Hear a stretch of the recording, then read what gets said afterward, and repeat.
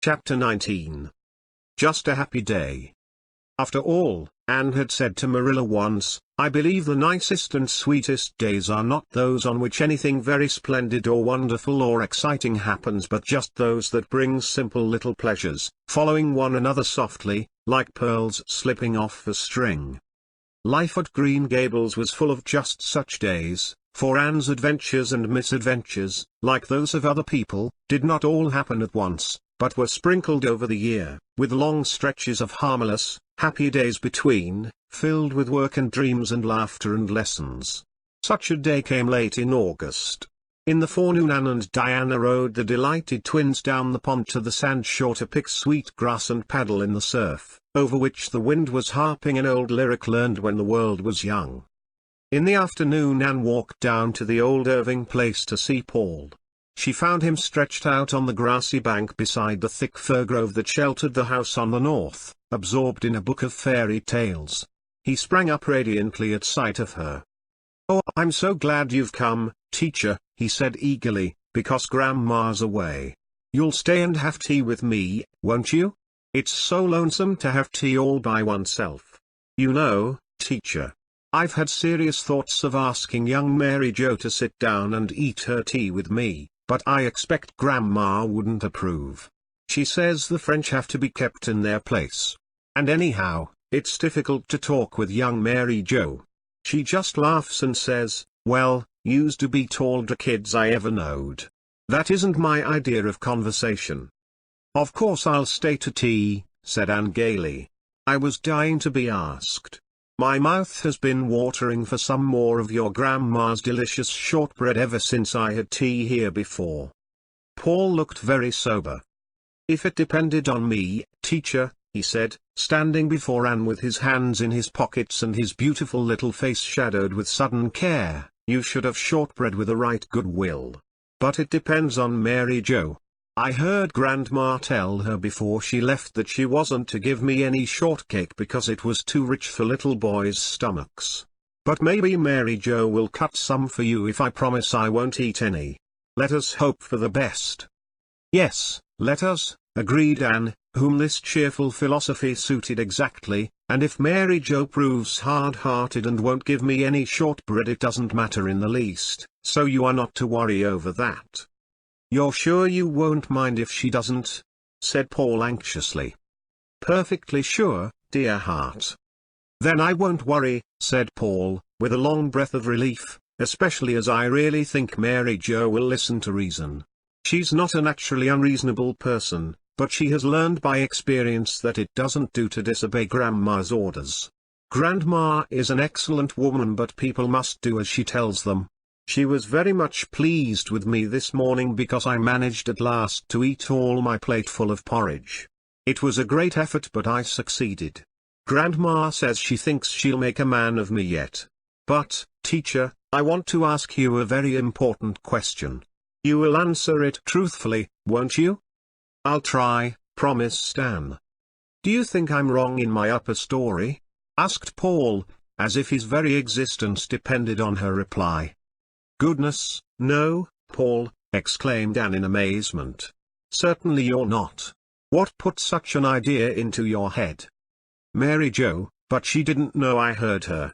Mrs. Peter Sloane's hired girl, Veronica, came to see Mary Jo last evening and I heard them talking in the kitchen as I was going through the hall.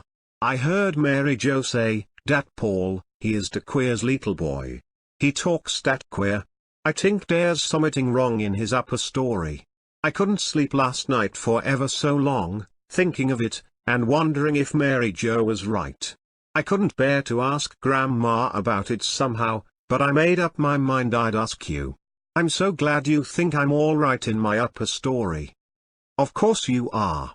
Mary Jo is a silly, ignorant girl, and you are never to worry about anything she says," said Anne indignantly, secretly resolving to give Mrs. Irving a discreet hint as to the advisability of restraining Mary Jo's tongue.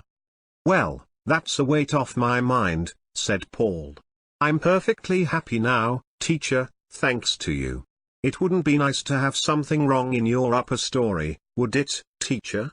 I suppose the reason Mary Jo imagines I have is because I tell her what I think about things sometimes.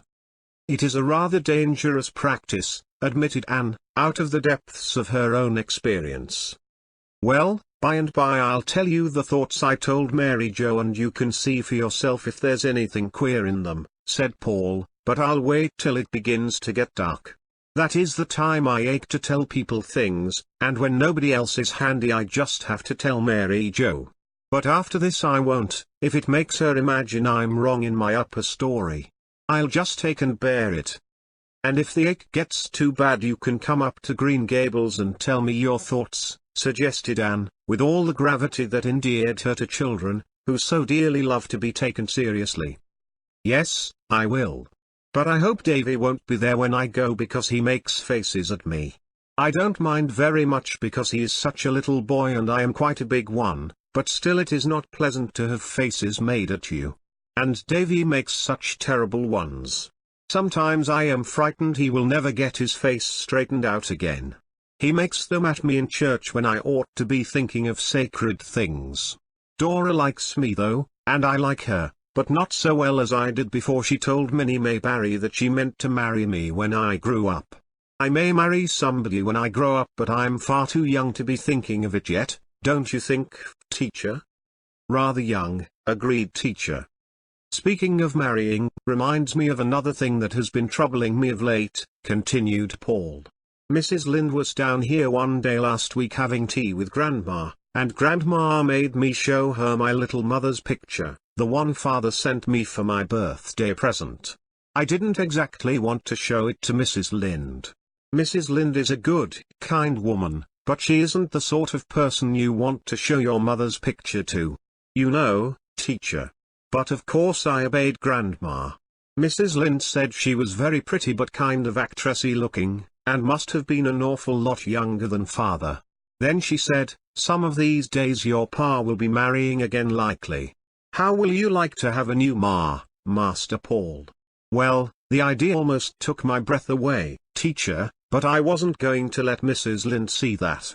I just looked her straight in the face, like this, and I said, Mrs. Lind, Father made a pretty good job of picking out my first mother and I could trust him to pick out just as good a one the second time. And I can trust him, teacher. But still, I hope, if he ever does give me a new mother, he'll ask my opinion about her before it's too late. There's Mary Jo coming to call us to tea. I'll go and consult with her about the shortbread. As a result of the consultation, Mary Jo cut the shortbread and added a dish of preserves to the bill of fare. Anne poured the tea and she and Paul had a very merry meal in the dim old sitting room whose windows were open to the Gulf breezes, and they talked so much nonsense that Mary Jo was quite scandalized and told Veronica the next evening that de Schoolmees was as queer as Paul. After tea Paul took Anne up to his room to show her his mother's picture, which had been the mysterious birthday present kept by Mrs. Irving in the bookcase. Paul's little low-ceilinged room was a soft whirl of ruddy light from the sun that was setting over the sea and swinging shadows from the fir trees that grew close to the square, deep-set window. From out this soft glow and glamour shone a sweet, girlish face, with tender mother eyes, that was hanging on the wall at the foot of the bed. "That's my little mother," said Paul with loving pride. "I got Grandma to hang it there where I'd see it as soon as I opened my eyes in the morning. I never mind not having the light when I go to bed now, because it just seems as if my little mother was right here with me. Father knew just what I would like for a birthday present, although he never asked me. Isn't it wonderful how much fathers do know? Your mother was very lovely, Paul, and you look a little like her. But her eyes and hair are darker than yours." "My eyes are the same color as Father's," said Paul, flying about the room to heap all available cushions on the window seat, "but Father's hair is gray. He has lots of it, but it is gray. You see, Father is nearly 50. That's ripe old age, isn't it? But it's only outside he's old. Inside he's just as young as anybody. Now, teacher, please sit here, and I'll sit at your feet. May I lay my head against your knee? That's the way my little mother and I used to sit. Oh, this is real splendid, I think. Now, I want to hear those thoughts which Mary Jo pronounces so queer, said Anne, patting the mop of curls at her side. Paul never needed any coaxing to tell his thoughts, at least, to congenial souls. I thought them out in the fir grove one night, he said dreamily. Of course I didn't believe them, but I thought them. You know, teacher. And then I wanted to tell them to somebody, and there was nobody but Mary Jo. Mary Jo was in the pantry setting bread, and I sat down on the bench beside her and I said, Mary Jo, do you know what I think? I think the evening star is a lighthouse on the land where the fairies dwell. And Mary Jo said, well, you's are a queer one. There ain't no such thing as fairies. I was very much provoked. Of course, I knew there are no fairies, but that needn't prevent my thinking there is. You know, teacher. But I tried again quite patiently. I said, well then, Mary Jo, do you know what I think? I think an angel walks over the world after the sun sets, a great, tall, white angel, with silvery folded wings, and sings the flowers and birds to sleep. Children can hear him if they know how to listen. Then Mary Jo held up her hands all over flower and said, well, you's are a queer little boy. You's make me feel scare. And she really did looked scared. I went out then and whispered the rest of my thoughts to the garden. There was a little birch tree in the garden and it died. Grandma says the salt spray killed it, but I think the dryad belonging to it was a foolish dryad who wandered away to see the world and got lost. And the little tree was so lonely it died of a broken heart. And when the poor, foolish little dryad gets tired of the world and comes back to her tree, her heart will break, said Anne. Yes, but if dryads are foolish they must take the consequences, just as if they were real people, said Paul gravely. Do you know what I think about the new moon, teacher? I think it is a little golden boat full of dreams. And when it tips on a cloud some of them spill out and fall into your sleep. Exactly, teacher. Oh, you do know. And I think the violets are little snips of the sky that fell down when the angels cut out holes for the stars to shine through.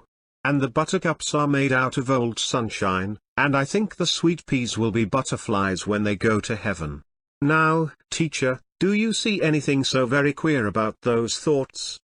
No, laddie dear, they are not queer at all. They are strange and beautiful thoughts for a little boy to think, and so people who couldn't think anything of the sort themselves, if they tried for 100 years, think them queer. But keep on thinking them, Paul, someday you are going to be a poet, I believe. When Anne reached home she found a very different type of boyhood waiting to be put to bed. Davy was sulky, and when Anne had undressed him he bounced into bed and buried his face in the pillow. Davy, you have forgotten to say your prayers, said Anne rebukingly. No, I didn't forget, said Davy defiantly, but I ain't going to say my prayers anymore. I'm going to give up trying to be good, 'cause no matter how good I am you'd like Paul Irving better. So I might as well be bad and have the fun of it. I don't like Paul Irving better, said Anne seriously. I like you just as well, only in a different way. But I want you to like me the same way, pouted Davy. You can't like different people the same way. You don't like Dora and me the same way, do you? Davy sat up and reflected. No, oh, he admitted at last, I like Dora because she's my sister, but I like you because you're you. And I like Paul because he is Paul and Davy because he is Davy, said Anne gaily. Well, I kind of wish I'd said my prayers then, said Davy, convinced by this logic. But it's too much bother getting out now to say them. I'll say them twice over in the morning, Anne. Won't that do as well? No, Anne was positive it would not do as well. So Davy scrambled out and knelt down at her knee. When he had finished his devotions he leaned back on his little, bare, brown heels and looked up at her. Anne, I'm gooder than I used to be. Yes, indeed you are, Davy, said Anne, who never hesitated to give credit where credit was due. I know I'm gooder, said Davy confidently, and I'll tell you how I know it. Today Marilla give me 2 pieces of bread and jam, one for me and one for Dora. One was a good deal bigger than the other and Marilla didn't say which was mine. But I give the biggest piece to Dora. That was good of me, wasn't it? Very good, and very manly, Davy. Of course, admitted Davy. Dora wasn't very hungry and she only ate half her slice and then she gave the rest to me. But I didn't know she was going to do that when I give it to her, so I was good, Anne. In the twilight Anne sauntered down to the Dryad's Bubble and saw Gilbert Blythe coming down through the dusky haunted wood. She had a sudden realization that Gilbert was a schoolboy no longer. And how manly he looked, the tall, frank-faced fellow, with the clear, straightforward eyes and the broad shoulders. Anne thought Gilbert was a very handsome lad, even though he didn't look at all like her ideal man. She and Diana had long ago decided what kind of a man they admired and their tastes seemed exactly similar. He must be very tall and distinguished looking, with melancholy, inscrutable eyes, and a melting, sympathetic voice. There was nothing either melancholy or inscrutable in Gilbert's physiognomy, but of course that didn't matter in friendship. Gilbert stretched himself out on the ferns beside the bubble and looked approvingly at Anne. If Gilbert had been asked to describe his ideal woman, the description would have answered point for point to Anne, even to those 7 tiny freckles whose obnoxious presence still continued to vex her soul.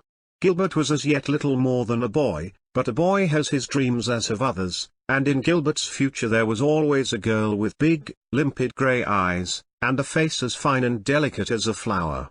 He had made up his mind, also, that his future must be worthy of its goddess. Even in quiet Avonlea there were temptations to be met and faced.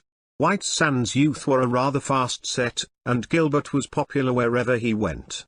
But he meant to keep himself worthy of Anne's friendship and perhaps some distant day her love, and he watched over word and thought and deed as jealously as if her clear eyes were to pass in judgment on it. She held over him the unconscious influence that every girl, whose ideals are high and pure, wields over her friends, an influence which would endure as long as she was faithful to those ideals and which she would as certainly lose if she were ever false to them. In Gilbert's eyes Anne's greatest charm was the fact that she never stooped to the petty practices of so many of the Avonlea girls, the small jealousies, the little deceits and rivalries, the palpable bids for favor. Anne held herself apart from all this, not consciously or of design, but simply because anything of the sort was utterly foreign to her transparent, impulsive nature, crystal clear in its motives and aspirations. But Gilbert did not attempt to put his thoughts into words, for he had already too good reason to know that Anne would mercilessly and frostily nip all attempts at sentiment in the bud, or laugh at him, which was 10 times worse. "You look like a real dryad under that birch tree," he said teasingly. "I love birch trees," said Anne, laying her cheek against the creamy satin of the slim bole, with one of the pretty, caressing gestures that came so natural to her. "Then you'll be glad to hear that Mr. Major Spencer has decided to set out a row of white birches all along the road front of his farm, by way of encouraging the avis," said Gilbert. "He was talking to me about it today. Major Spencer is the most progressive and public-spirited man in Avonlea. And Mr. William Bell is going to set out a spruce hedge along his road front and up his lane. Our society is getting on splendidly, Anne. It is past the experimental stage and is an accepted fact. The older folks are beginning to take an interest in it and the White Sands people are talking of starting one too. Even Elisha Wright has come around since that day the Americans from the hotel had the picnic at the shore. They praised our roadsides so highly and said they were so much prettier than in any other part of the island. And when, in due time, the other farmers follow Mr. Spencer's good example and plant ornamental trees and hedges along their road fronts, Avonlea will be the prettiest settlement in the province." "The aides are talking of taking up the graveyard," said Anne, "and I hope they will, because there will have to be a subscription for that, and it would be no use for the society to try it after the Hall affair. But the aides would never have stirred in the matter if the society hadn't put it into their thoughts unofficially. Those trees we planted on the church grounds are flourishing, and the trustees have promised me that they will fence in the school grounds next year. If they do, I'll have an arbor day and every scholar shall plant a tree, and we'll have a garden in the corner by the road. We've succeeded in almost all our plans so far, except in getting the old Bolter house removed," said Gilbert, "and I've given that up in despair. Levi won't have it taken down just to vex us. There's a contrary streak in all the bolters and it's strongly developed in him. Julia Bell wants to send another committee to him, but I think the better way will just be to leave him severely alone, said Anne sagely. And trust to Providence, as Mrs. Lynde says, smiled Gilbert. Certainly, no more committees. They only aggravate him. Julia Bell thinks you can do anything, if you only have a committee to attempt it. Next spring, Anne, we must start an agitation for nice lawns and grounds. We'll sow good seed betimes this winter. I've a treatise here on lawns and lawn making and I'm going to prepare a paper on the subject soon. Well, I suppose our vacation is almost over. School opens Monday. Has Ruby Gillis got the Carmody school? Yes, Priscilla wrote that she had taken her own home school, so the Carmody trustees gave it to Ruby. I'm sorry Priscilla is not coming back, but since she can't I'm glad Ruby has got the school. She will be home for Saturdays and it will seem like old times, to have her and Jane and Diana and myself all together again. Marilla, just home from Mrs. Lynde's, was sitting on the back porch step when Anne returned to the house. Rachel and I have decided to have our cruise to town tomorrow, she said. Mr. Lynde is feeling better this week and Rachel wants to go before he has another sick spell. I intend to get up extra early tomorrow morning, for I've ever so much to do, said Anne virtuously.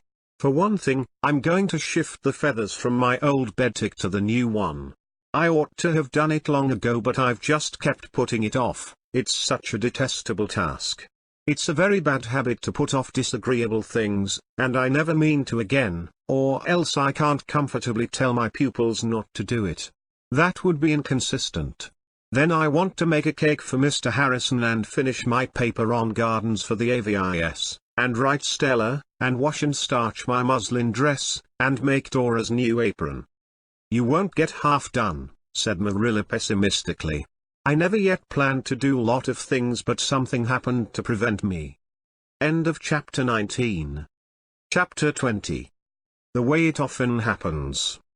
Anne rose betimes the next morning and blithely greeted the fresh day, when the banners of the sunrise were shaken triumphantly across the pearly skies. Green Gables lay in a pool of sunshine, flecked with the dancing shadows of poplar and willow. Beyond the land was Mr. Harrison's wheat field, a great, wind-rippled expanse of pale gold. The world was so beautiful that Anne spent 10 blissful minutes hanging idly over the garden gate drinking the loveliness in. After breakfast Marilla made ready for her journey. Dora was to go with her, having been long promised this treat. Now, Davy, you try to be a good boy and don't bother Anne, she straightly charged him. If you are good I'll bring you a striped candy cane from town. For alas, Marilla had stooped to the evil habit of bribing people to be good. I won't be bad on purpose, but s'posen I'm bad accidentally? Davy wanted to know. You'll have to guard against accidents, admonished Marilla. Anne, if Mr. Shearer comes today get a nice roast and some steak. If he doesn't you'll have to kill a fowl for dinner tomorrow. Anne nodded. I'm not going to bother cooking any dinner for just Davy and myself today, she said. That cold ham bone will do for noon lunch and I'll have some steak fried for you when you come home at night. I'm going to help Mr. Harrison haul dolls this morning, announced Davy. He asked me to, and I guess he'll ask me to dinner too. Mr. Harrison is an awful kind man. He's a real sociable man. I hope I'll be like him when I grow up. I mean behave like him. I don't want to look like him. But I guess there's no danger, for Mrs. Lynde says I'm a very handsome child. Do you suppose it'll last, Anne? I want to know. I dare say it will, said Anne gravely. You are a handsome boy, Davy. Marilla looked volumes of disapproval, but you must live up to it and be just as nice and gentlemanly as you look to be.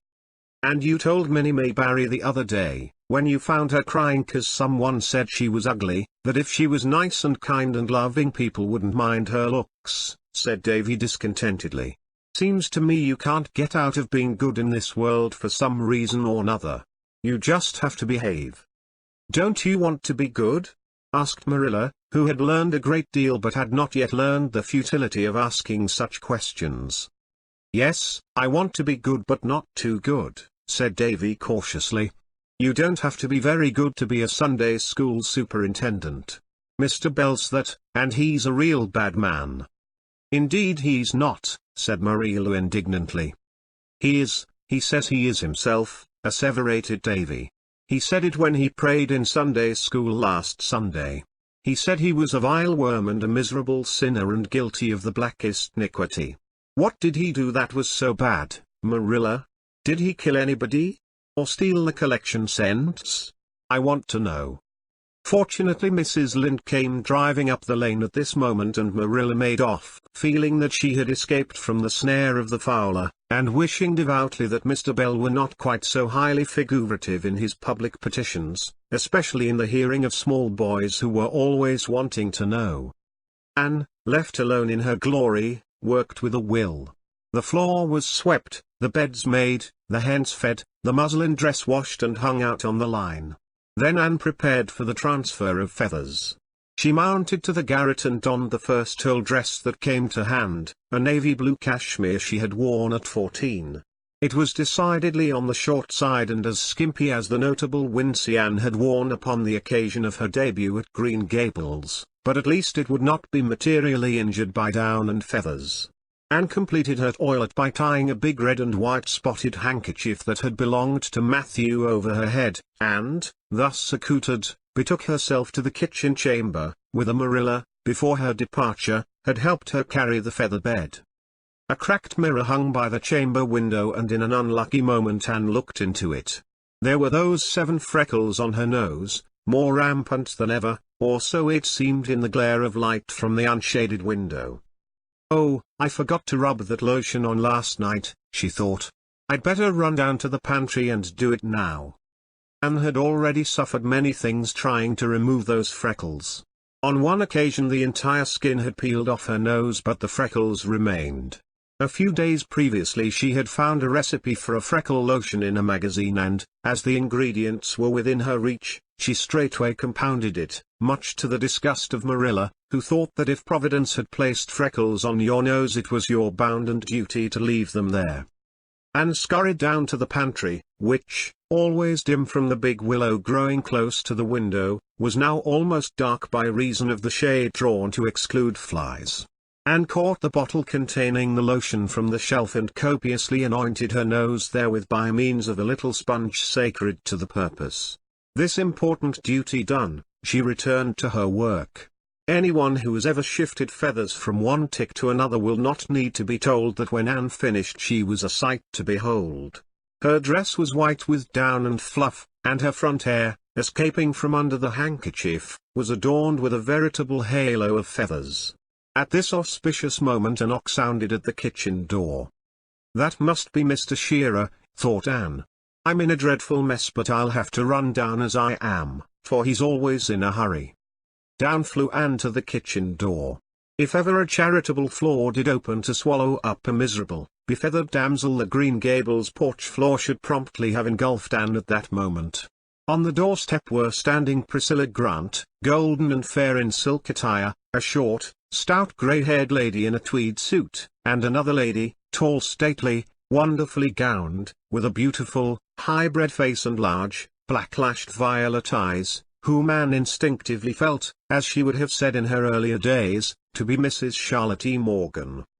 In the dismay of the moment one thought stood out from the confusion of Anne's mind, and she grasped at it as at the proverbial straw. All Mrs. Morgan's heroines were noted for rising to the occasion. No matter what their troubles were, they invariably rose to the occasion and showed their superiority over all ills of time, space, and quantity. Anne therefore felt it was her duty to rise to the occasion, and she did it, so perfectly that Priscilla afterward declared she never admired Anne Shirley more than at that moment. No matter what her outraged feelings were, she did not show them. She greeted Priscilla and was introduced to her companions as calmly and composedly as if she had been arrayed in purple and fine linen. To be sure, it was somewhat of a shock to find that the lady she had instinctively felt to be Mrs. Morgan was not Mrs. Morgan at all, but an unknown Mrs. Pendexter, while the stout little grey-haired woman was Mrs. Morgan, but in the greater shock the lesser lost its power. Anne ushered her guests to the spare room and thence into the parlour, where she left them while she hastened out to help Priscilla unharness her horse. "It's dreadful to come upon you so unexpectedly as this," apologized Priscilla, "but I did not know till last night that we were coming. Aunt Charlotte is going away Monday and she had promised to spend today with a friend in town. But last night her friend telephoned to her not to come because they were quarantined for scarlet fever. So I suggested we come here instead, for I knew you were longing to see her. We called at the White Sands Hotel and brought Mrs. Pendexter with us. She is a friend of Aunt's and lives in New York and her husband is a millionaire. We can't stay very long, for Mrs. Pendexter has to be back at the hotel by 5 o'clock." Several times while they were putting away the horse Anne caught Priscilla looking at her in a furtive, puzzled way. "She needn't stare at me so," Anne thought a little resentfully. "If she doesn't know what it is to change a feather bed she might imagine it." When Priscilla had gone to the parlor, and before Anne could escape upstairs, Diana walked into the kitchen. Anne caught her astonished friend by the arm. "Diana Barry, who do you suppose is in that parlor at this very moment? Mrs. Charlotte E. Morgan, and a New York millionaire's wife, and here I am like this, and not a thing in the house for dinner but a cold ham bone, Diana." By this time Anne had become aware that Diana was staring at her in precisely the same bewildered fashion as Priscilla had done. It was really too much. "Oh, Diana, don't look at me so," she implored. "You, at least, must know that the neatest person in the world couldn't empty feathers from one tick into another and remain neat in the process." It isn't the feathers," hesitated Diana. It's your nose, Anne." "My nose? Oh, Diana, surely nothing has gone wrong with it." Anne rushed to the little looking glass over the sink. One glance revealed the fatal truth. Her nose was a brilliant scarlet. Anne sat down on the sofa, her dauntless spirit subdued at last. "What is the matter with it?" asked Diana, curiosity overcoming delicacy. "I thought I was rubbing my freckle lotion on it, but I must have used that red dye Marilla has for marking the pattern on her rugs," was the despairing response. "What shall I do?" "Wash it off," said Diana practically.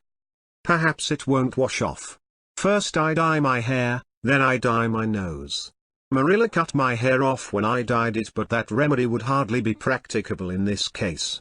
Well, this is another punishment for vanity and I suppose I deserve it, though there's not much comfort in that.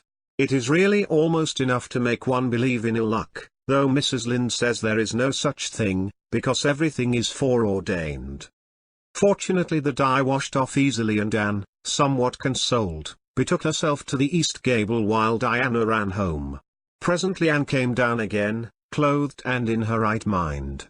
The muslin dress she had fondly hoped to wear was bobbing merrily about on the line outside, so she was forced to content herself with her black lawn. She had the fire on and the tea steeping when Diana returned. The latter wore her muslin, at least, and carried a covered platter in her hand. "Mother sent you this," she said, lifting the cover and displaying a nicely carved and jointed chicken to Anne's grateful eyes. The chicken was supplemented by light new bread, excellent butter and cheese, Marilla's fruit cake and a dish of preserved plums, floating in their golden syrup as in congealed summer sunshine. There was a big bowl full of pink and white asters also, by way of decoration, yet the spread seemed very meager beside the elaborate one formerly prepared for Mrs. Morgan. Anne's hungry guests, however, did not seem to think anything was lacking and they ate the simple viands with apparent enjoyment. But after the first few moments Anne thought no more of what was or was not on her bill of fare. Mrs. Morgan's appearance might be somewhat disappointing, as even her loyal worshippers had been forced to admit to each other, but she proved to be a delightful conversationalist. She had traveled extensively and was an excellent storyteller. She had seen much of men and women, and crystallized her experiences into witty little sentences and epigrams which made her hearers feel as if they were listening to one of the people in clever books. But under all her sparkle there was a strongly felt undercurrent of true, womanly sympathy and kind-heartedness which won affection as easily as her brilliancy won admiration. Nor did she monopolize the conversation. She could draw others out as skillfully and fully as she could talk herself, and Anne and Diana found themselves chattering freely to her. Mrs. Pendexter said little, she merely smiled with her lovely eyes and lips, and ate chicken and fruit cake and preserves with such exquisite grace that she conveyed the impression of dining on ambrosia and honeydew. But then, as Anne said to Diana later on, anybody so divinely beautiful as Mrs. Pendexter didn't need to talk, it was enough for her just to look. After dinner they all had a walk through Lover's Lane and Violet Vale and the Birch Path, then back through the haunted wood to the Dryad's Bubble, where they sat down and talked for a delightful last half hour.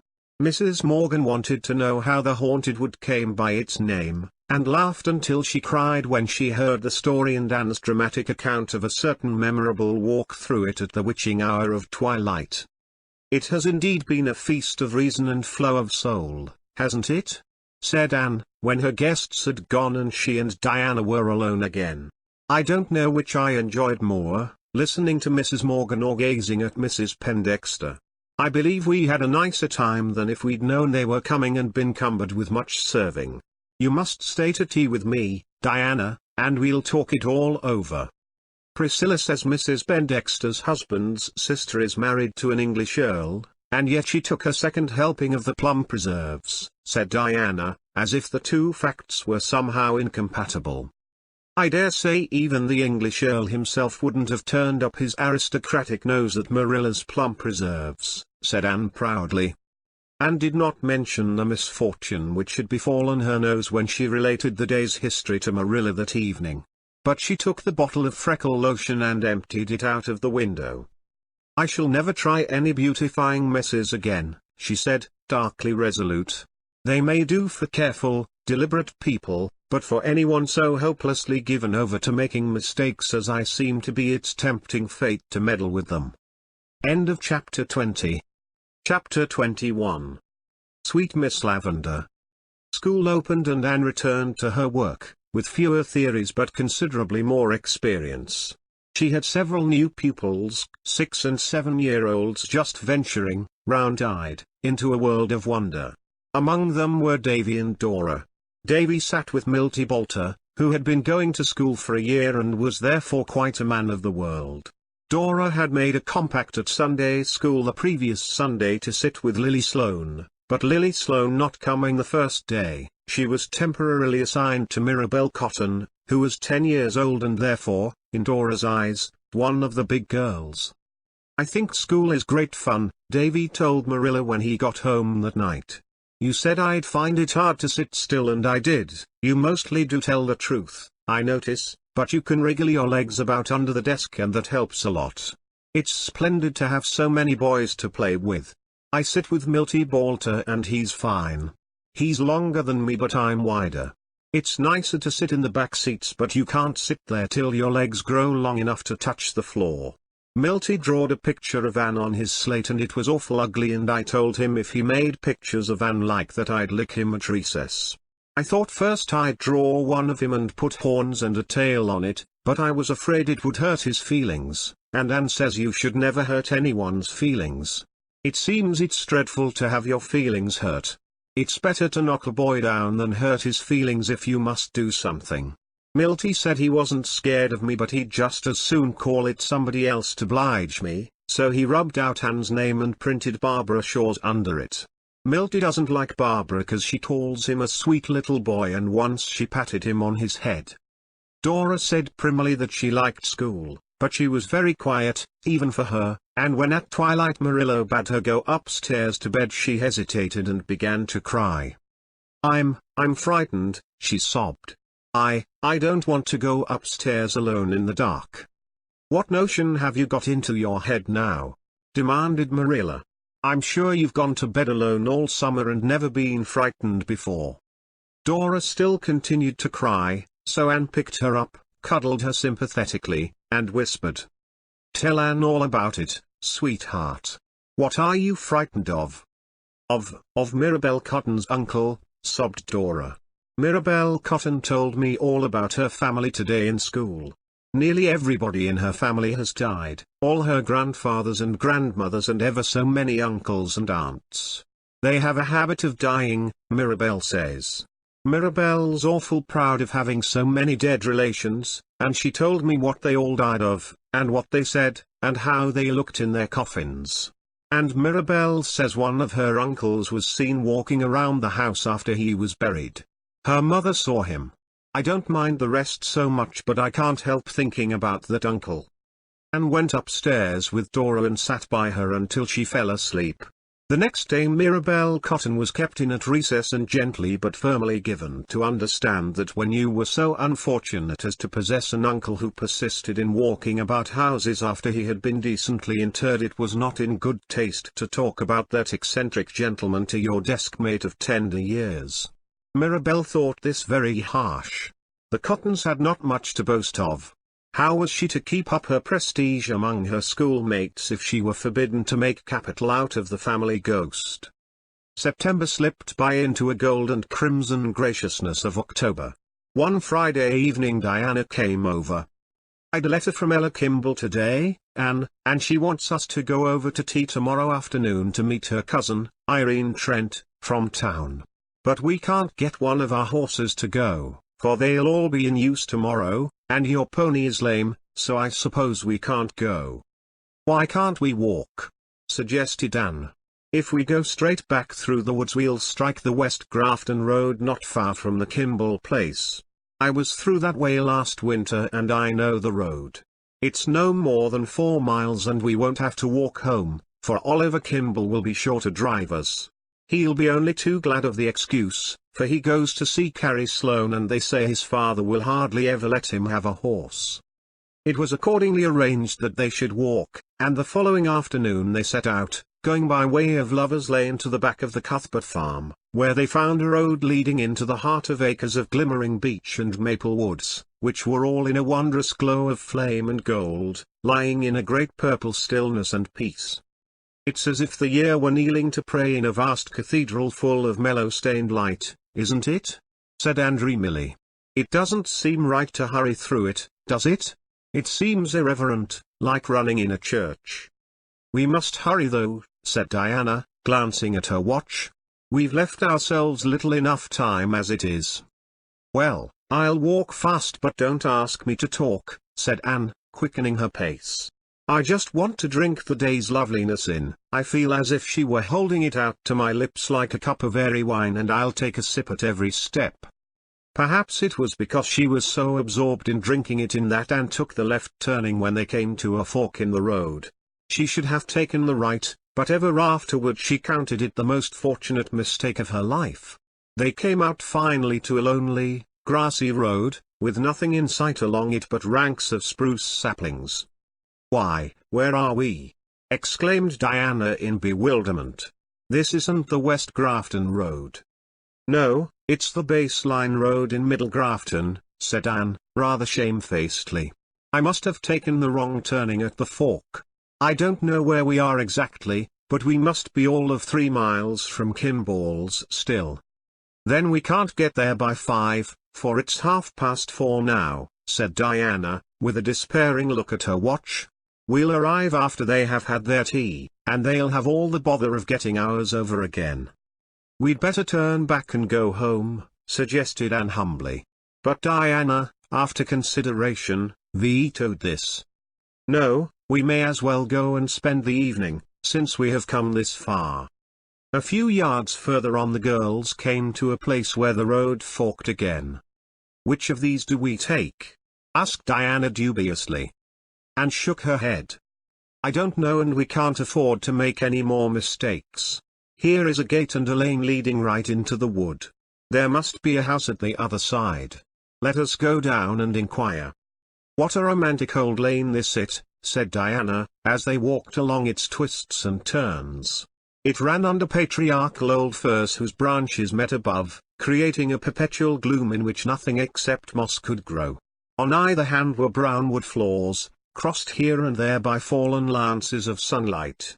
All was very still and remote, as if the world and the cares of the world were far away.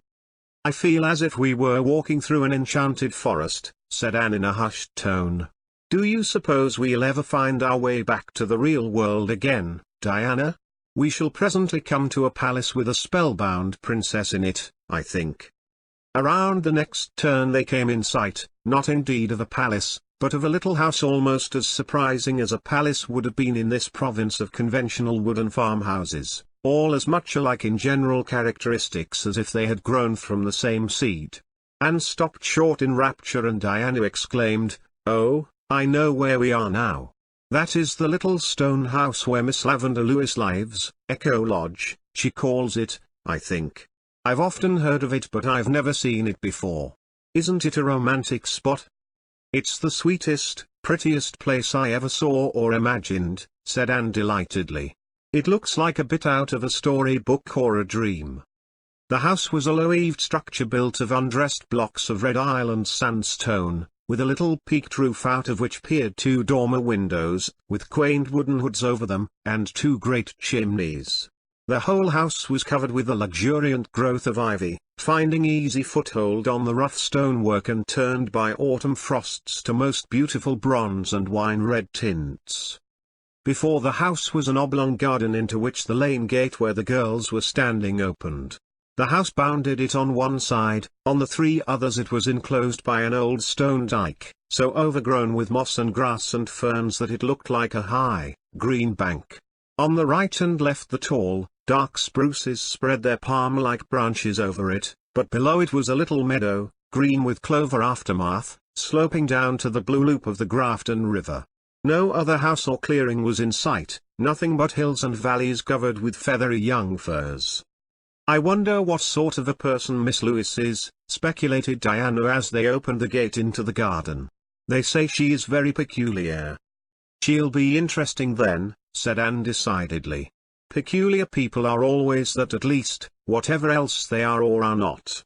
Didn't I tell you we would come to an enchanted palace? I knew the elves hadn't woven magic over that lane for nothing." "But Miss Lavender Lewis is hardly a spellbound princess," laughed Diana. "She's an old maid, she's 45 and quite grey, I've heard." "Oh, that's only part of the spell," asserted Anne confidently. "At heart she's young and beautiful still, and if we only knew how to unloose the spell she would step forth radiant and fair again. But we don't know how, it's always and only the prince who knows that, and Miss Lavender's prince hasn't come yet. Perhaps some fatal mischance has befallen him, though that's against the law of all fairy tales." "I'm afraid he came long ago and went away again," said Diana. "They say she used to be engaged to Stefan Irving, Paul's father, when they were young. But they quarreled and parted." "Hush," warned Anne. "The door is open." The girls paused in the porch under the tendrils of ivy and knocked at the open door. There was a patter of steps inside and a rather odd little personage presented herself, a girl of about 14, with a freckled face, a snub nose, a mouth so wide that it did really seem as if it stretched from ear to ear, and two long braids of fair hair tied with two enormous bows of blue ribbon. "Is Miss Lewis at home?" asked Diana. "Yes, ma'am. Come in, ma'am. I'll tell Miss Lavender you're here, ma'am. She's upstairs, ma'am." With this the small handmaiden whisked out of sight and the girls, left alone, looked about them with delighted eyes. The interior of this wonderful little house was quite as interesting as its exterior. The room had a low ceiling and two square, small paned windows, curtained with muslin frills. All the furnishings were old-fashioned, but so well and daintily kept that the effect was delicious. But it must be candidly admitted that the most attractive feature, to two healthy girls who had just tramped 4 miles through autumn air, was a table, set out with pale blue china and laden with delicacies, while little golden-hued ferns scattered over the cloth gave it what Anne would have termed a festal air. "Miss Lavender must be expecting company to tea," she whispered. "There are 6 places set. But what a funny little girl she has. She looked like a messenger from Pixie Land. I suppose she could have told us the road, but I was curious to see Miss Lavender. She's coming." And with that Miss Lavender Lewis was standing in the doorway. The girls were so surprised that they forgot good manners and simply stared. They had unconsciously been expecting to see the usual type of elderly spinster as known to their experience, a rather angular personage, with prim grey hair and spectacles. Nothing more unlike Miss Lavender could possibly be imagined. She was a little lady with snow-white hair beautifully wavy and thick, and carefully arranged in becoming puffs and coils. Beneath it was an almost girlish face, pink-cheeked and sweet-lipped, with big soft brown eyes and dimples, actually dimples. She wore a very dainty gown of cream muslin with pale-hued roses on it, a gown which would have seemed ridiculously juvenile on most women of her age, but which suited Miss Lavender so perfectly that you never thought about it at all. "Charlotta the Fourth says that you wished to see me," she said, in a voice that matched her appearance. "We wanted to ask the right road to West Grafton," said Diana. "We are invited to tea at Mr. Kimball's, but we took the wrong path coming through the woods and came out to the baseline instead of the West Grafton road. Do we take the right or left turning at your gate?" "The left," said Miss Lavender, with a hesitating glance at her tea table. Then she exclaimed, as if in a sudden little burst of resolution, "But oh, won't you stay and have tea with me? Please, do. Mr. Kimball's will have tea over before you get there. And Charlotta the Fourth and I will be so glad to have you." Diana looked mute inquiry at Anne. "We'd like to stay," said Anne promptly, for she had made up her mind that she wanted to know more of this surprising Miss Lavender, if it won't inconvenience you. "But you are expecting other guests, aren't you?" Miss Lavender looked at her tea table again, and blushed. "I know you'll think me dreadfully foolish," she said. "I am foolish, and I'm ashamed of it when I'm found out, but never unless I am found out. I'm not expecting anybody, I was just pretending I was. You see, I was so lonely. I love company, that is, the right kind of company. But so few people ever come here because it is so far out of the way. Charlotta the Fourth was lonely too. So I just pretended I was going to have a tea party. I cooked for it, and decorated the table for it. And set it with my mother's wedding china, and I dressed up for it." Diana secretly thought Miss Lavender quite as peculiar as report had pictured her. The idea of a woman of 45 playing at having a tea party, just as if she were a little girl. But Anne of the shining eyes exclaimed joyfully, "Oh, do you imagine things too?" That too revealed a kindred spirit to Miss Lavender. "Yes, I do," she confessed, boldly. "Of course it's silly in anybody as old as I am. But what is the use of being an independent old maid if you can't be silly when you want to, and when it doesn't hurt anybody? A person must have some compensations. I don't believe I could live at times if I didn't pretend things. I'm not often caught at it though, and Charlotta the Fourth never tells. But I'm glad to be caught today, for you have really come and I have tea all ready for you. Will you go up to the spare room and take off your hats? It's the white door at the head of the stairs. I must run out to the kitchen and see that Charlotta the Fourth isn't letting the tea boil. Charlotta the Fourth is a very good girl, but she will let the tea boil." Miss Lavender tripped off to the kitchen on hospitable thoughts intent, and the girls found their way up to the spare room, an apartment as white as its door, lighted by the ivy-hung dormer window and looking, as Anne said, like the place where happy dreams grew. "This is quite an adventure, isn't it?" said Diana. "And isn't Miss Lavender sweet, if she is a little odd? She doesn't look a bit like an old maid." "She looks just as music sounds, I think," answered Anne. When they went down, Miss Lavender was carrying in the teapot, and behind her, looking vastly pleased, was Charlotta the Fourth, with a plate of hot biscuits. "Now, you must tell me your names," said Miss Lavender. "I'm so glad you are young girls. I love young girls. It's so easy to pretend I'm a girl myself when I'm with them. I do hate, with a little grimace, to believe I'm old. Now, who are you, just for convenience sake? Diana Barry? And Anne Shirley? May I pretend that I've known you for 100 years and call you Anne and Diana right away?" "You, may," the girls said both together. "Then just let's sit comfily down and eat everything," said Miss Lavender happily. "Charlotta, you sit at the foot and help with the chicken. It is so fortunate that I made the sponge cake and donuts. Of course, it was foolish to do it for imaginary guests. I know Charlotta the Fourth thought so, didn't you, Charlotta? But you see how well it has turned out. Of course they wouldn't have been wasted, for Charlotta the Fourth and I could have eaten them through time. But sponge cake is not a thing that improves with time. That was a merry and memorable meal, and when it was over they all went out to the garden, lying in the glamour of sunset. "I do think you have the loveliest place here," said Diana, looking round her admiringly. "Why do you call it Echo Lodge?" asked Anne. "Charlotta," said Miss Lavender, "go into the house and bring out the little tin horn that is hanging over the clock shelf." Charlotta the Fourth skipped off and returned with the horn. "Blow it, Charlotta," commanded Miss Lavender. Charlotta accordingly blew, a rather raucous, strident blast. There was moment's stillness, and then from the woods over the river came a multitude of fairy echoes, sweet, elusive, silvery, as if all the horns of Elfland were blowing against the sunset. Anne and Diana exclaimed in delight. "Now laugh, Charlotta, laugh loudly." Charlotta, who would probably have obeyed if Miss Lavender had told her to stand on her head, climbed upon the stone bench and laughed loud and heartily.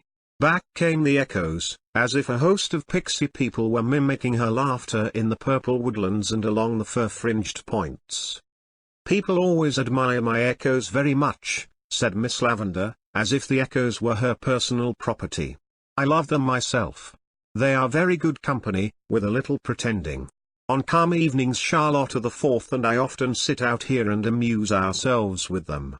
Charlotta, take back the horn and hang it carefully in its place." "Why do you call her Charlotta the Fourth?" asked Diana, who was bursting with curiosity on this point. "Just to keep her from getting mixed up with other Charlottas in my thoughts," said Miss Lavender seriously. "They all look so much alike there's no telling them apart. Her name isn't really Charlotta at all. It is, let me see, what is it? I think it's Leonora. Yes, it is Leonora. You see, it is this way. When Mother died 10 years ago I couldn't stay here alone, and I couldn't afford to pay the wages of a grown-up girl. So I got little Charlotta Bowman to come and stay with me for board and clothes. Her name really was Charlotta, she was Charlotta the First. She was just 13. She stayed with me till she was 16 and then she went away to Boston, because she could do better there. Her sister came to stay with me then.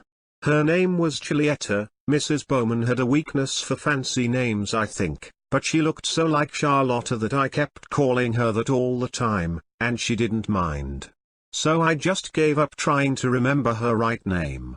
She was Charlotta the Second, and when she went away Evelina came and she was Charlotta the Third. Now I have Charlotta the Fourth, but when she is 16, she's 14 now, she will want to go to Boston too, and what I shall do then I really do not know. Charlotta the Fourth is the last of the Bowman girls, and the best.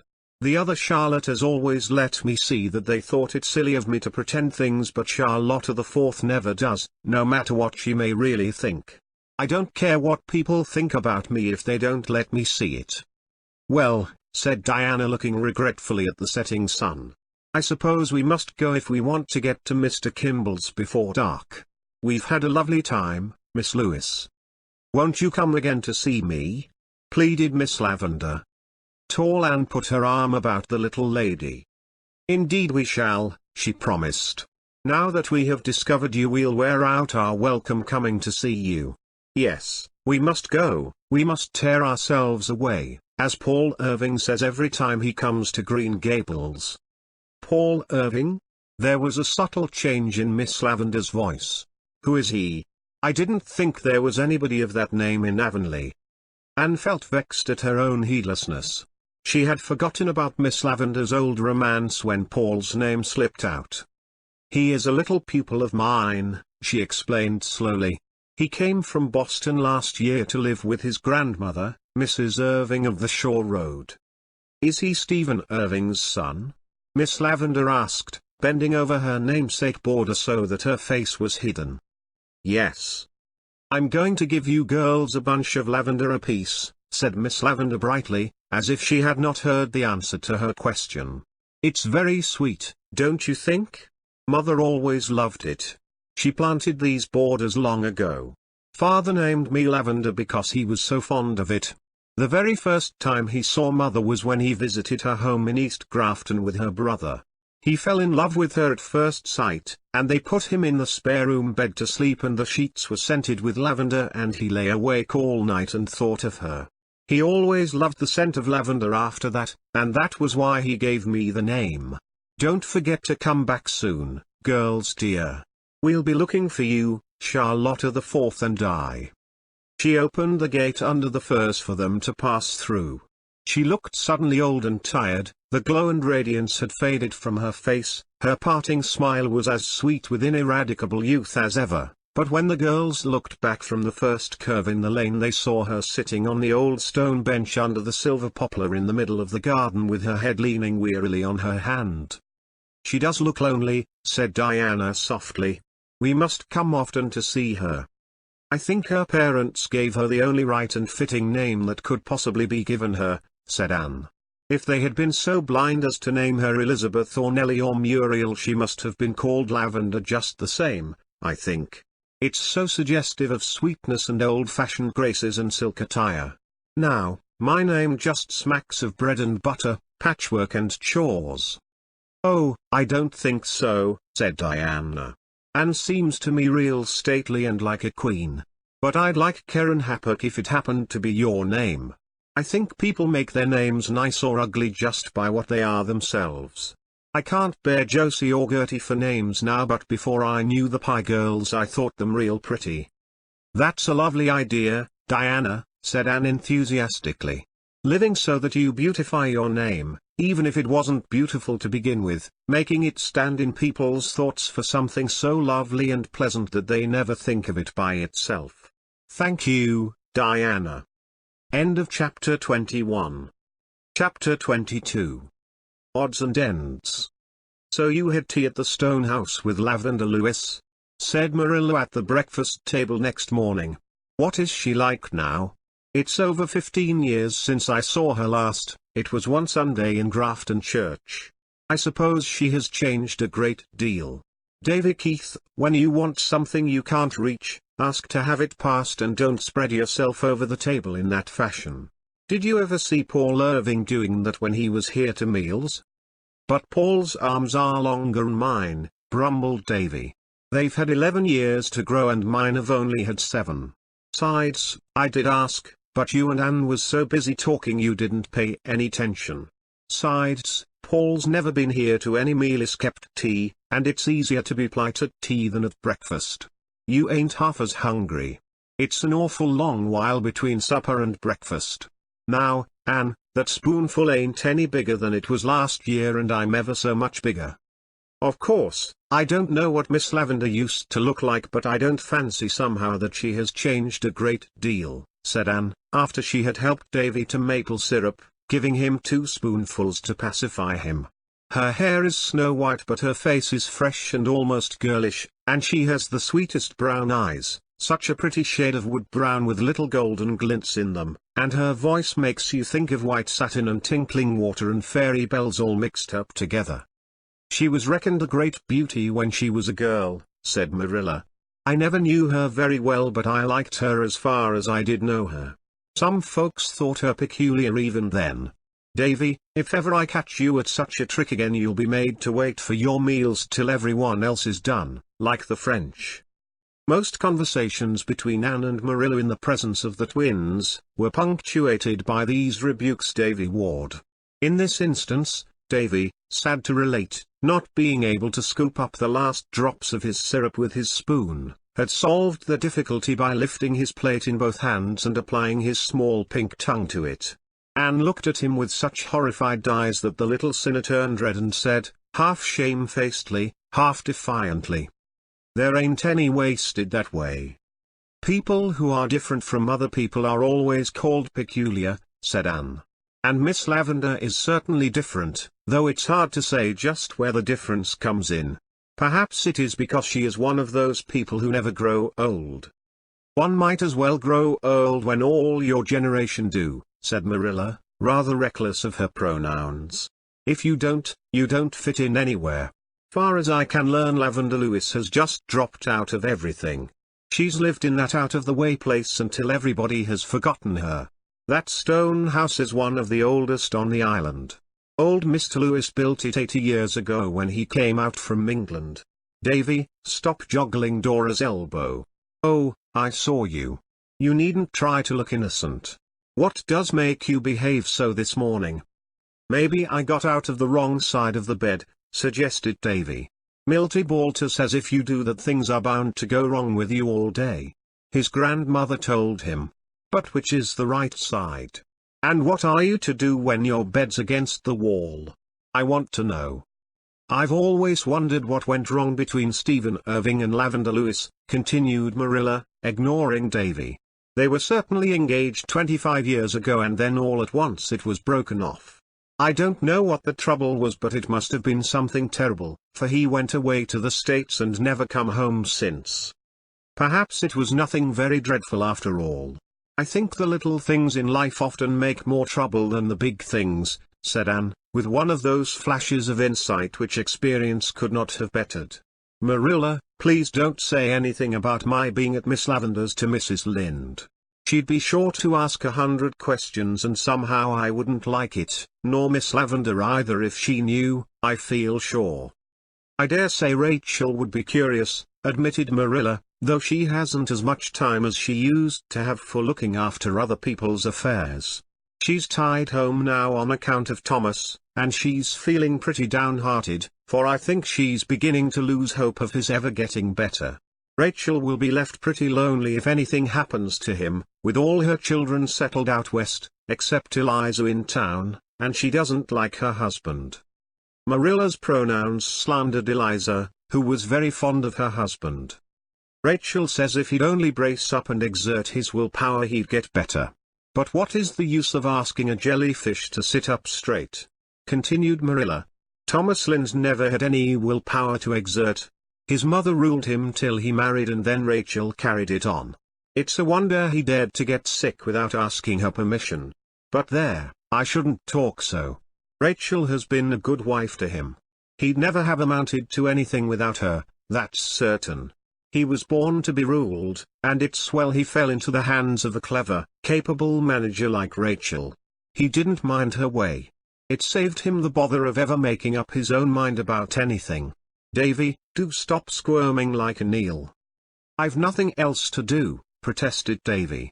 I can't eat any more, and it's no fun watching you and Anne eat.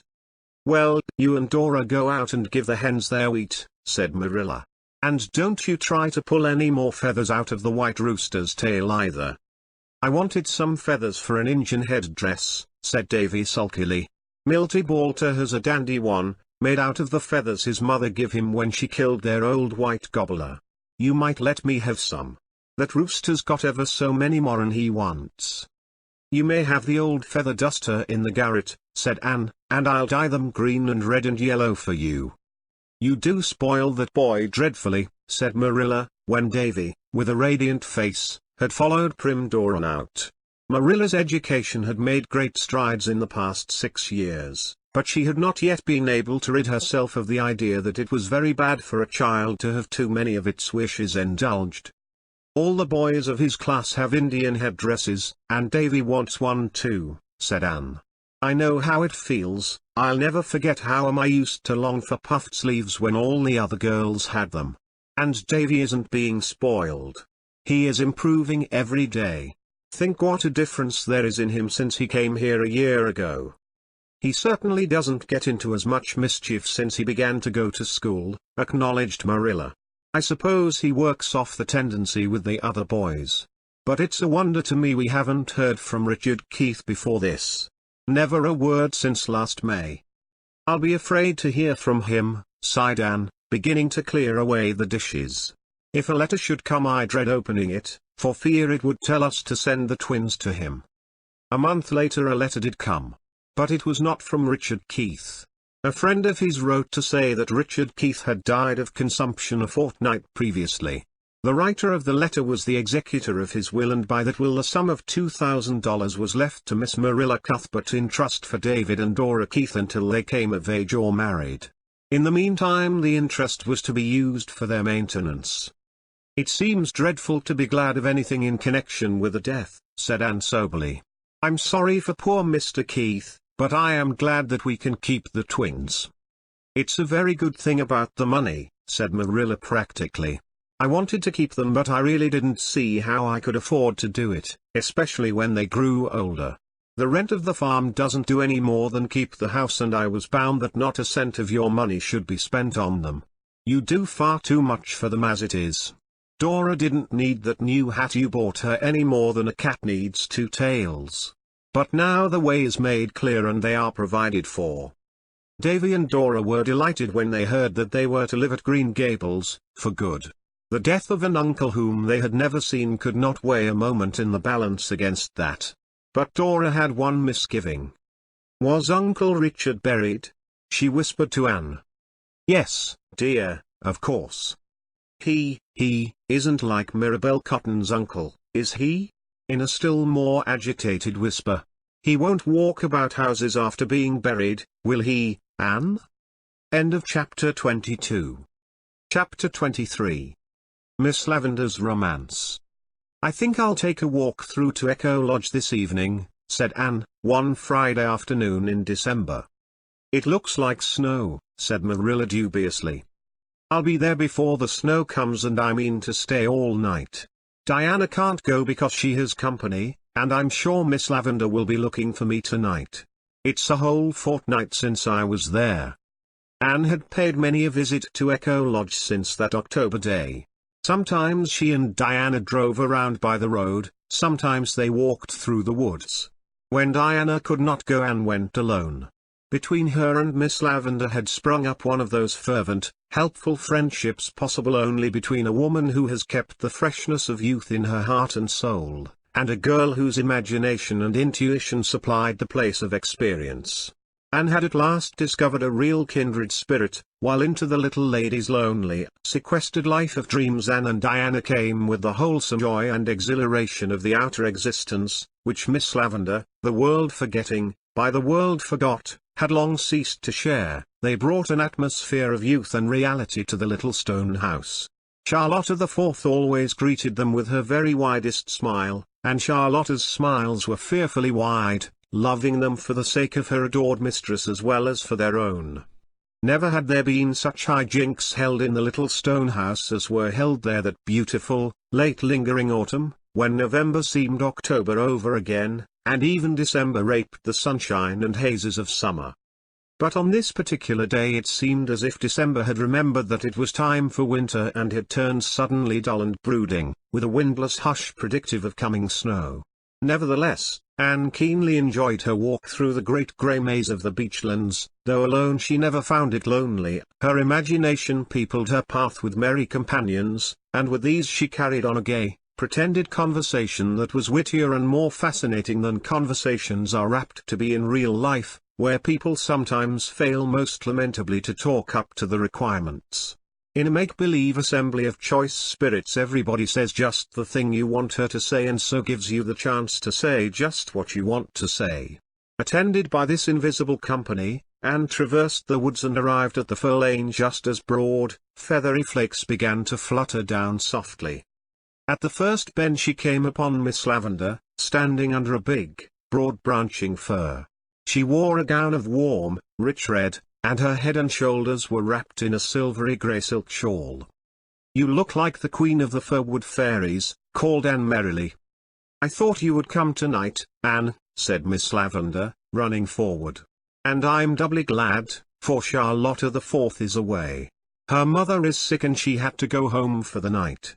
I should have been very lonely if you hadn't come. Even the dreams and the echoes wouldn't have been enough company. Oh, Anne, how pretty you are," she added suddenly, looking up at the tall, slim girl with the soft rose flush of walking on her face. "How pretty and how young. It's so delightful to be 17, isn't it? I do envy you," concluded Miss Lavendar candidly. "But you are only 17 at heart," smiled Anne. "No, I'm old, or rather middle-aged, which is far worse," sighed Miss Lavendar. "Sometimes I can pretend I'm not, but at other times I realize it. And I can't reconcile myself to it as most women seem to. I'm just as rebellious as I was when I discovered my first grey hair. Now, Anne, Don't look as if you were trying to understand.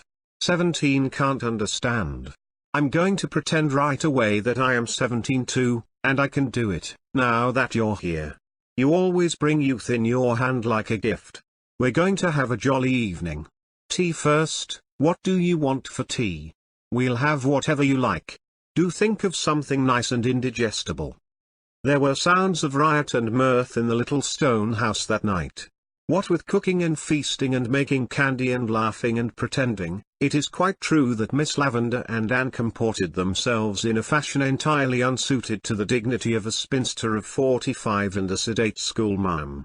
Then, when they were tired, they sat down on the rug before the grate in the parlour, lighted only by the soft fireshine and perfumed deliciously by Miss Lavender's open rose jar on the mantel. The wind had risen and was sighing and wailing around the eaves, and the snow was thudding softly against the windows, as if 100 storm sprites were tapping for entrance. "I'm so glad you're here, Anne," said Miss Lavender, nibbling at her candy. "If you weren't I should be blue, very blue, almost navy blue. Dreams and make-believes are all very well in the daytime and the sunshine, but when dark and storm come they fail to satisfy. One wants real things then. But you don't know this, 17 never knows it. At 17 dreams do satisfy because you think the realities are waiting for you further on. When I was 17, Anne, I didn't think 45 would find me a white-haired little old maid with nothing but dreams to fill my life." "But you aren't an old maid," said Anne, smiling into Miss Lavender's wistful wood-brown eyes. "Old maids are born, they don't become.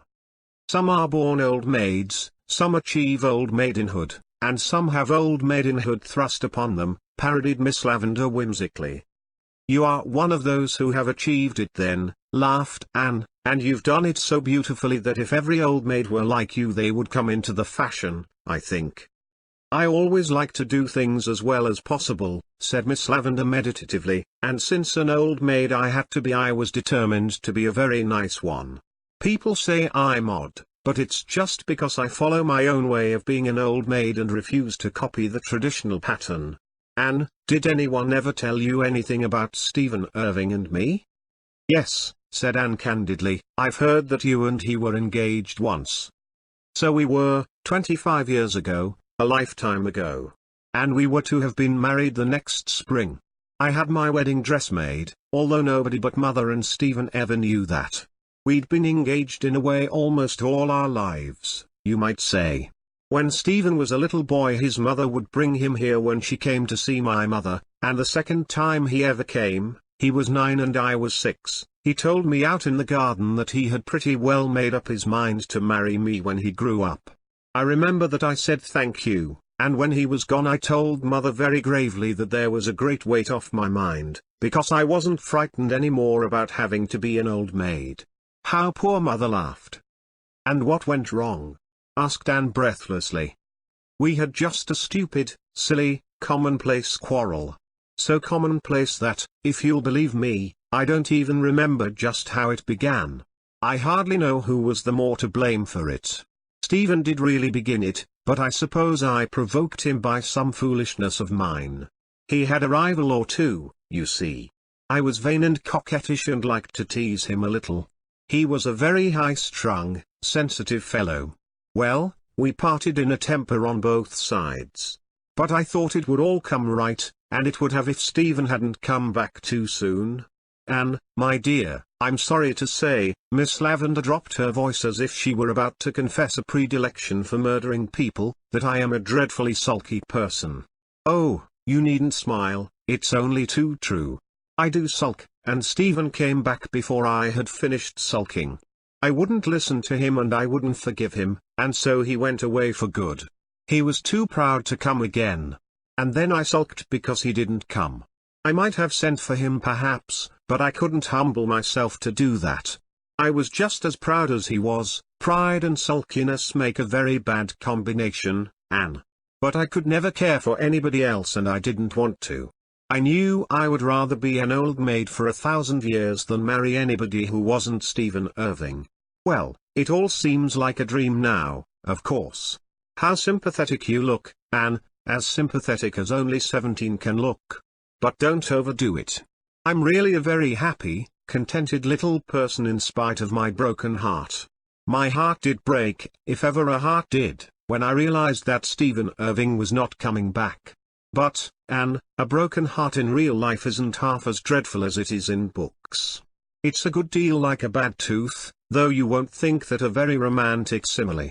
It takes spells of aching and gives you a sleepless night now and then, but between times it lets you enjoy life and dreams and echoes and peanut candy as if there were nothing the matter with it.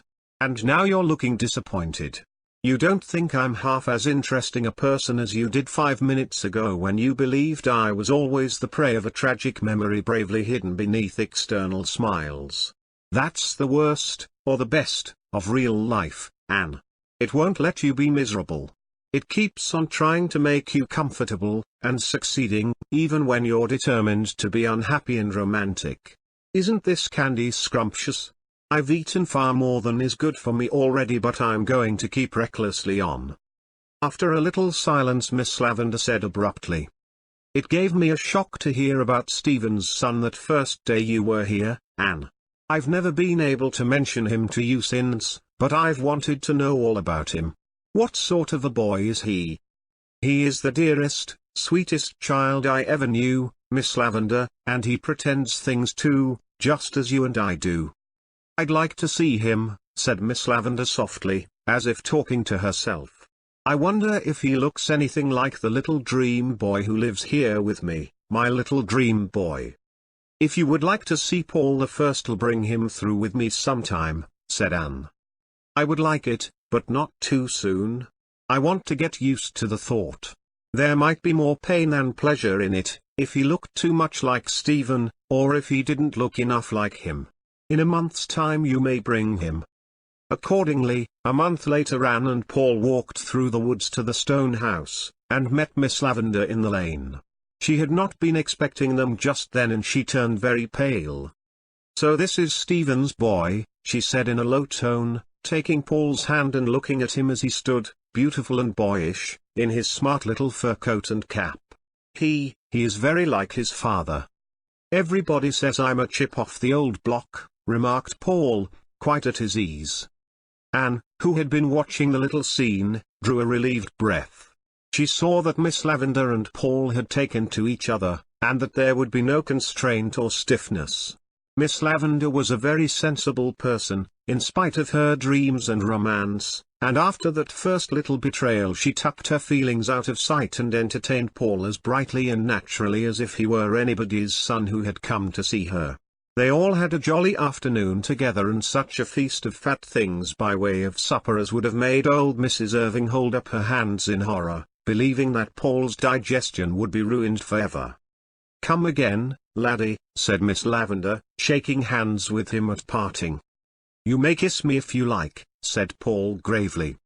Miss Lavender stooped and kissed him. "How did you know I wanted to?" she whispered. "Because you looked at me just as my little mother used to do when she wanted to kiss me. As a rule, I don't like to be kissed. Boys don't. You know, Miss Lewis. But I think I rather like to have you kiss me. And of course I'll come to see you again. I think I'd like to have you for a particular friend of mine, if you don't object." I don't think I shall object," said Miss Lavender. She turned and went in very quickly, but a moment later she was waving a gay and smiling goodbye to them from the window. "I like Miss Lavender," announced Paul, as they walked through the beech woods. "I like the way she looked at me, and I like her stone house, and I like Charlotta the Fourth. I wish Grandma Irving had a Charlotta the Fourth instead of a Mary Jo. I feel sure Charlotta the Fourth wouldn't think I was wrong in my upper story when I told her what I think about things. Wasn't that a splendid tea we had, teacher? Grandma says a boy shouldn't be thinking about what he gets to eat, but he can't help it sometimes when he is real hungry. You know, teacher. I don't think Miss Lavender would make a boy eat porridge for breakfast if he didn't like it. She'd get things for him he did like. But of course, Paul was nothing if not fair-minded, that mightn't be very good for him. It's very nice for a change though, teacher. You know. End of chapter 23.